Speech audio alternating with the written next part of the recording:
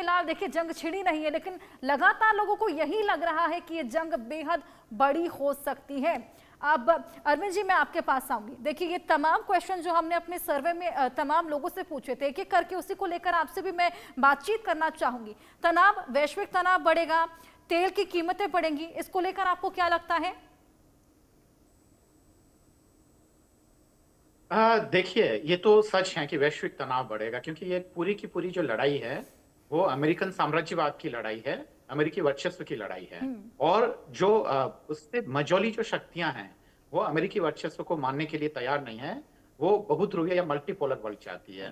तो उसी world order के लिए भारत, रूस, चीन वगैरह ये तमाम जो शक्तियां हैं वो अमेरिकी वर्चस्व को नहीं चाहती।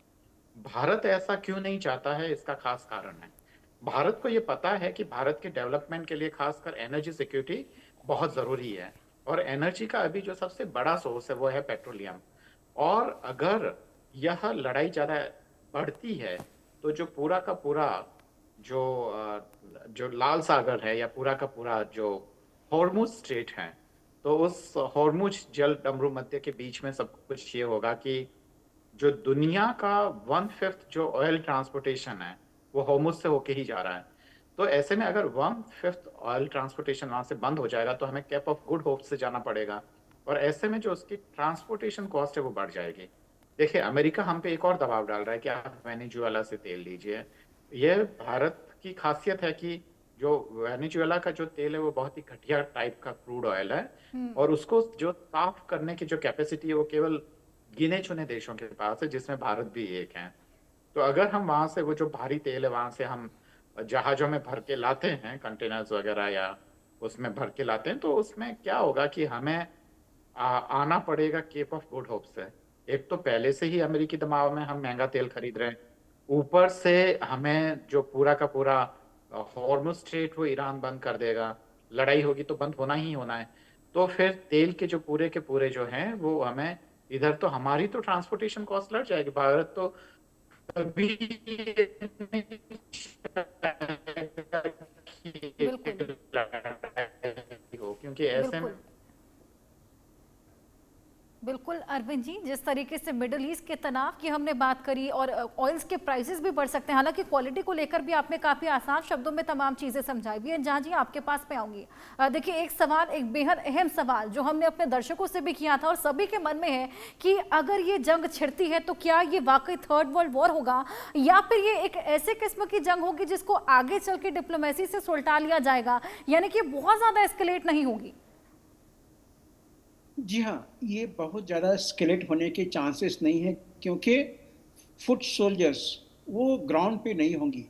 अमेरिका किसी भी तरह से अपने फुट सोल्जर्स को ईरान की धरती पे नहीं डाल सकता है।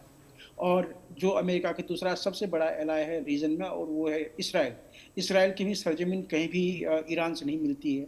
तो अगर फुट सोल्जर्स ग्राउंड पे नहीं होंगे तो ये जो हवाई हमला होगा या फिर नेवल जंग हो सकती है, और इसकी बहुत बड़ी संभावना है।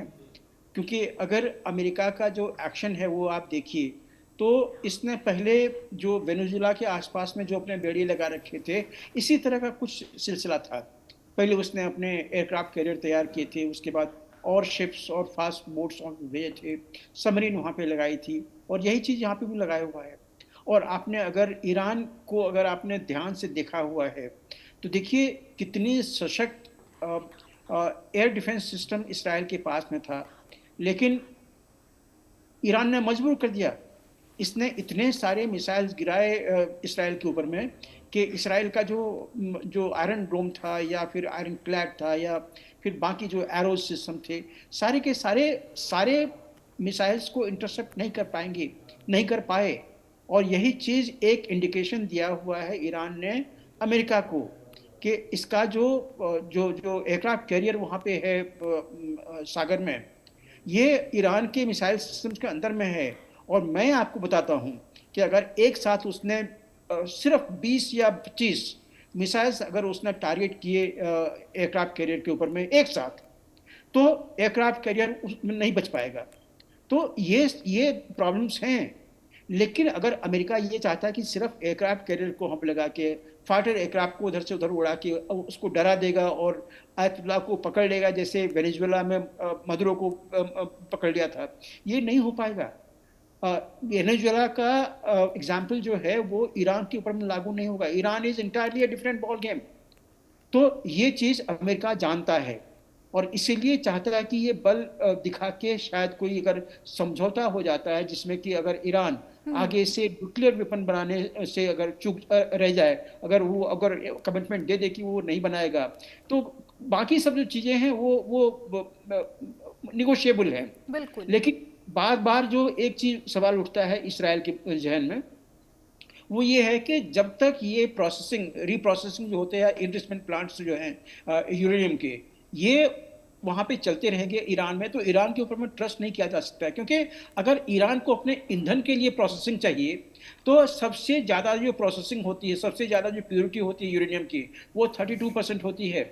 उससे ज़्यादा प्रोसेसिंग के जो यूरेनियम है वो काम में नहीं आते हैं। 7% जो है वो आइडियल है। तो 7% जहाँ पे आपको चाहिए आप 32% तक जा रहे हैं। लेकिन बात वो नहीं है, ईरान तो 92% तक चला गया है। वो 92% ग्रेड जो यूरेनियम बनाया हुआ, किस लिए बनाया हुआ? एक ही अध्यय है और वो है वेपन। क्योंकि आयतुल्लाह ने मैंडेट दिया था आज से लगभग 16 साल पहले ईरान को कि आप इस्लामिक बॉम्ब बनाओ, और वो इस्लामिक बॉम्ब की तरफ जा रहा है और उसको ये टेक्नोलॉजी देने के लिए लोग हैं। आप पाकिस्तान का एग्जाम्पल ले लीजिए, आप चाइना का एग्जाम्पल ले लीजिए, ये लोग एक्सपर्ट हैं नॉन प्रोलिफरेशन को उल्लंघन करने के लिए। तो ये सब चीजें पॉसिबल हैं, गिव एंड टेक होगा। लेकिन अगर ईरान अगर न्यूक्लियर बॉम्ब नहीं बनाता है तो हो सकता है कि यहाँ पे समझौता हो जाए, क्योंकि सिर्फ तेल एक इशू नहीं है ईरान के साथ में। ईरान के साथ में इशू है कि इसका एक टेरर एंगल जो है, वो टेरर एंगल है। 3 4 इसके टेरर ऑर्गेनाइजेशन हैं जो डायरेक्टली इसराइल के ऊपर में वॉर करता है। बिल्कुल वीएन झा जी, बिल्कुल सही कहा आपने। अगर न्यूक्लियर जो प्रोग्राम है उसको बंद करने को लेकर ईरान सहमत होता है तो बाकी चीजें वाकई नेगोशिएबल हैं। बिल्कुल। अरविंद जी, मैं आपके पास आऊंगी। देखिए, ईरान ये जो उकसावा यहाँ पर कर रहा है, ईरान ये जानता है कि चाहे वो आर्थिक रूप से हो, चाहे वो उनकी वेपनरी क्यों ना हो, उस तौर पर भी वो खासा कमजोर है अमेरिका से। तो क्या ईरान को अपने सपोर्ट पे बहुत ज्यादा भरोसा है, चाहे वो हिजबुल्लाह का हो या फिर जिस तरीके से रशिया आगे आया था, नॉर्थ कोरिया आगे आया था? और क्या लगता है जो समर्थन है ये केवल वेपन्स तक सीमित होगा या एक तरीके से हवाई भी साबित हो सकता है? देखिए हर्षा जी, इस चीज को थोड़ा हमें ठीक से समझना होगा। ईरान ये लड़ाई नहीं चाहता है, क्योंकि ईरान के पास अमेरिका से लड़ने की क्षमता नहीं है। तो ये तो क्लियर है कि ईरान ऐसा चाहता ही नहीं है। ऐसा अगर कोई चाहता है कोई देश इस लड़ाई को, तो वो अमेरिका है। शुरुआत भी अमेरिका ने ही की थी और उसको ईरान केवल उसके पास उसको अपने आप को डिफेंड करने के अलावा कोई रास्ता नहीं है। आप घटनाओं का क्रम देखिए, आप देखेंगे कि सबसे पहले वेनेजुएला और वहां के राष्ट्रपति को किडनैप किया। जितने भी जहां जहां रिसोर्सेज हैं, जहां जहां संसाधन है, पेट्रोलियम हो या रेयर अर्थ मिनरल हो, ट्रंप वहां वहां कब्जा करना चाहते हैं। चाहे वो पाकिस्तान का बलूचिस्तान ही क्यों ना हो, ट्रंप वहां भी आना चाहते हैं। तो ईरान के पास कोई रास्ता नहीं है अमेरिका से बचने का। तो यहाँ लड़ाई का अगर कोई जिम्मेदार होगा तो पूरी तरीके से अमेरिका ही होगा।